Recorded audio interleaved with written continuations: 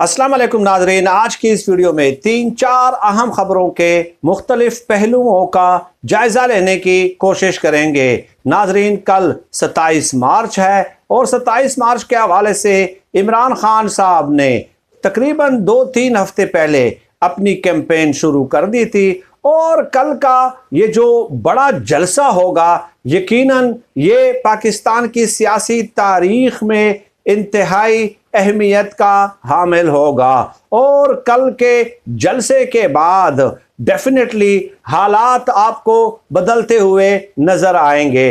अब इमरान खान साहब कल क्या सरप्राइजेस देते हैं उसके लिए डेफिनेटली हमें कल तक इंतजार करना होगा और मुमकिन तौर पे क्या क्या सरप्राइजेस हो सकते हैं उस हवाले से हम अपनी गुजारिशात वक्तन फवक्तन आपकी खिदमत में पेश करते रहे हैं। अब नाज़रीन आ जाते हैं दूसरी खबर की जानिब। आज तहरीक इंसाफ के वफद की PMLQ के रहनुमाओं के साथ मुलाकात हुई और आखिरी खबरें आने तक जहां तक मैंने अपने जराए से कंफर्म्ड किया है उससे तासुर मिला है कि PMLQ शायद अपना वजन जो है वो अपोजिशन के पलड़े में डालना चाहती है और PMLQ वालों ने ये शिकवा किया कि इमरान खान साहब ने फैसला करने में देर कर दी है। यानी उनका कहना यह था कि मुझे वज़ीर आला बनाने में शायद इमरान खान साहब ने देर कर दी है। एक तो बात ये हो गई और तीसरी बात नाजरीन ये है कि कल जो जलसा है अपनी तकरीर में इमरान खान साहब पंजाब हुकूमत के हवाले से भी बड़ा सरप्राइज दे सकते हैं। और चौथी खबर नाजरीन ये है कि बिलावल ने आज तकरीर की है और एक बार फिर उन्होंने जातियात पे हमला किया है, जातियात पे उतर आए हैं। चुनाचे उनका कहना था कि इमरान खान साहब मुझे अंग्रेजी सिखाने की बजाय अपने 3 बच्चों को उर्दू सिखा दें, मुझे उर्दू सिखाने की बजाय अपने 3 बच्चों को उर्दू सिखा दें। चुनाचे कभी ये बच्चों की तरफ इशारतन और किनायतन तनकीद व तनकीस के नश्तर बरसाते हुए नजर आते हैं और कभी शहबाज शरीफ साहब उनकी अहलिया को टारगेट करते हैं, जो कि मैं समझता हूं कि इंतहाई गैर अखलाकी पे मबनी, बदतहजीबी पे मबनी एक रवैया है। और एक खबर नाजरीन यह है कि राजा रियाज ने यह दावा किया है कि करप्शन का जितना भी पैसा है तहरीक इंसाफ की हुकूमत में वो सब का सब जो है बनी गाला मुंतकिल होता है। अब जो राजा रियाज साहब हैं 60 से अबाव उनकी उम्र है, तो अफसोस की बात तो यह है कि 60 से अबाव उनकी उम्र होने के बावजूद भी आज तक न वो दुरुस्त उर्दू बोल सकते हैं, न वो दुरुस्त पंजाबी बोल सकते हैं, न वो दुरुस्त अंग्रेजी बोल सकते हैं और ना ही वो सच बोल सकते हैं। तो डेफिनेटली एक ऐसे शख्स की बात पे यकीन करना और उस पर कमेंट और तबसरा और तज्जिया करना मेरे ख्याल में एक वक्त ज़ाया करने के मुतरादिफ है। असल गिला जो राजा रियाज को था वो ये कि उन्हें वजारत नहीं दी गई। चुनाचे आप देख लें कि कभी वो गिला करते हुए नजर आते हैं कि जनाब हमें तरक्याती फंड्स नहीं मिले, कभी कहते हैं कि जहांगीर खान तरीन के साथ बहुत ज्यादती हुई है। अब नाजरीन ये तो 4-5 मुख्तसर खबरें थी जो मैंने आपकी खिदमत में पेश कर दी।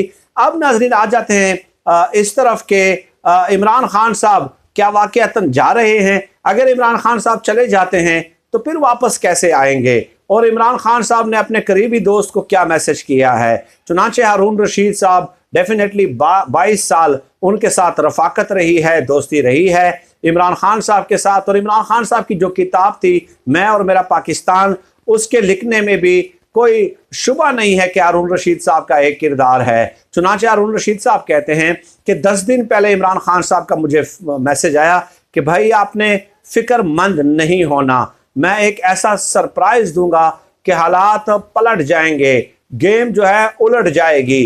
तो हारून रशीद साहब कहते हैं कि इमरान खान साहब उमूमी तौर पे कोई बात अपने दिल में रखते नहीं है, कोई राज अपने दिल में वो छुपा नहीं सकते, वो बात कर लेते हैं और फिर आपसे कहते हैं कि आपने किसी को बताना नहीं है। लेकिन इस बार जो उन्होंने कार्ड्स अपने सीने से छुपाए हुए हैं ये इंतहाई हैरत अंगेज है और हैरान कुन है कि इमरान खान साहब ने अपने करीबी दोस्तों को भी इस हवाले से जो है ना एतमाद में नहीं लिया। तो उन्होंने कहा कि कल बड़े सरप्राइजेज आ सकते हैं, लेट अस सी। और फिर साथ ही कहा कि कुछ भी हो आप हज़ारों इख्तिलाफात करें इमरान खान साहब के साथ, लेकिन ये बात मानने की है कि जब वो फाइट करते हैं कम बैक करते हैं तो वो बहुत बड़े फाइटर हैं, कम बैक कर सकते हैं, हालात का मुकाबला कर सकते हैं। बनिस्बत मरियम नवाज, नवाज शरीफ और आसिफ जरदारी और मौलाना फजलुर रहमान साहब के, उनके अंदर कम बैक करने की सलाहियत कई दर्जे ज़्यादा है। और इसके अलावा नाज़रीन मैं ये बता दूं कि इमरान खान साहब अगर जाते हैं अदम एतमाद के ज़रिए, डेफिनेटली अभी तक जलसा नहीं हुआ तो अभी तक जो हालात हैं, देखिए कल क्या सिचुएशन बनती है इस हवाले से तो हम कोई प्रिडिक्ट नहीं कर सकते। अभी तक बज़ाहिर अपोजिशन का पलड़ा यकीनन भारी नज़र आता है, लेकिन अगर इमरान खान साहब जाते हैं और अपोजिशन के पास जो फार्मूला है और जिस तरह गले में डोल डाला जा रहा है शहबाज शरीफ साहब के, मुझे तो शहबाज शरीफ पे तरस आ रहा है क्योंकि उन्होंने डेफिनेटली नाकाम हो जाना है।